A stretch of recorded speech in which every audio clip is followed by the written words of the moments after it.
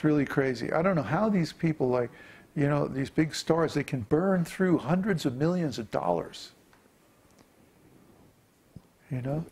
They get huge amounts of money from their success, and then it seems they always die like in bankruptcy. You know, it's funny. Yeah, it is pathetic, because they had the chance to do something really wonderful with all that money and that fame and influence, but they didn't do it.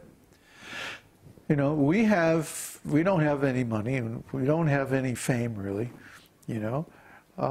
But whatever little bit of influence that we have in this world, we're trying to apply it to get people to engage in Krishna consciousness. You know, so you know, I wish I had more influence, then we would be more effective in our mission. But oh well, we use whatever Krishna gives, and make the best use of a bad bargain. Material life is a bad bargain. It's a bad deal.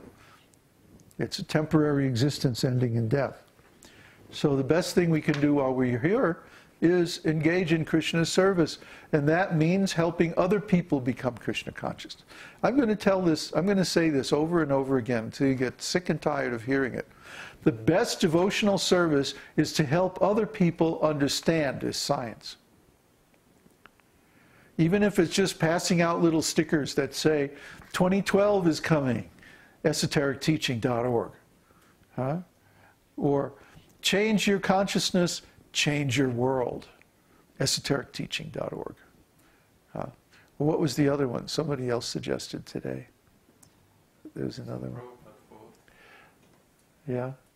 Do you remember what it was? My brain is like a sieve tonight. I'm just too blissed out to hardly even sit straight.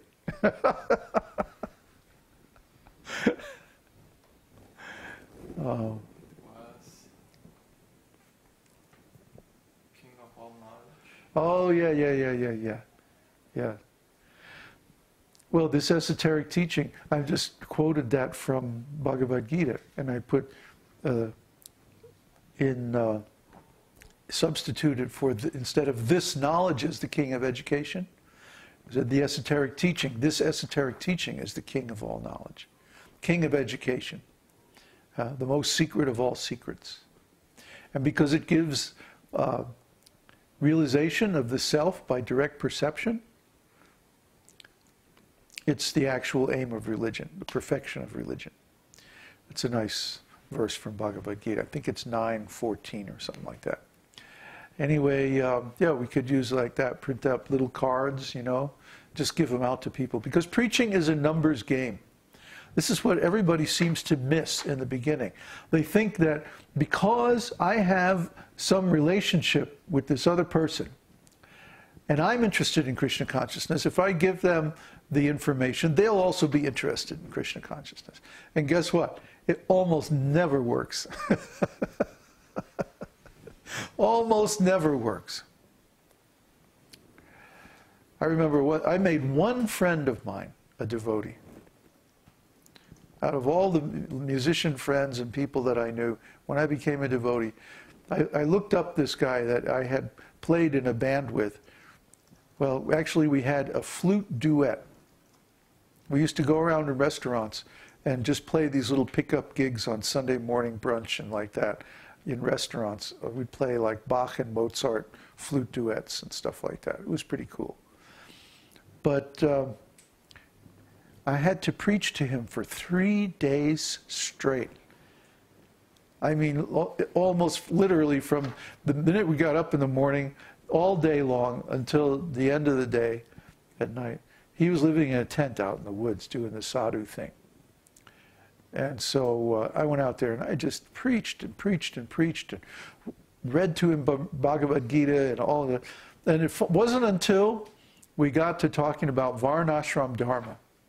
Varnashram Dharma is what made him a devotee. He said, "Really? Oh, that's the coolest thing I ever heard." And I was like, what? You don't care about love of God? No, but Varnashram, that's great. That's cool. Let's do it. And he came with me back to LA. I was editing Srila Prabhupada's Caitanya-caritāmṛta at the time. And he came down and he joined the temple in LA and he became a devotee. He's dead now. He OD'd on barbiturates. So it's very, very difficult to find a person who is actually qualified to be a first-class devotee of the Lord. You have to go through thousands and thousands of people. You probably don't know anybody. You probably don't have anybody in your family or your friends or at your school, unless you go to some huge major college or university that would want to become a devotee of the Lord. So what do you have to do? You have to reach out to a very broad circle of people, a bunch of people that you don't even know, and give them the chance. And leverage the website, because the website is full of very good quality material that we've been working on for years, and gradually by testing and stats and like that, we've refined this material until it actually works. It actually makes devotees. But you have to have thousands of people go through it before you make even one devotee. So the best thing is to just hand out, to promote the URL of the site. And you have to do it in a favorable way. Don't spam people. Don't try to trick people. You know, like, don't go in the library and put cards in every book on the library, you know, or the bookstore downtown, you know. Don't do that. That's cheating. But stand outside someplace where there are lots of people going by and just hold the card. Here, offer the card. And if they want it, they'll take it. You don't have to push it on them. You don't have to trick them. You don't have to try any funny business. Just say, hey, here you go. Or print up little stickers with esotericteaching.org and some slogan, you know. Put them on bus stations and, you know, just put them everywhere.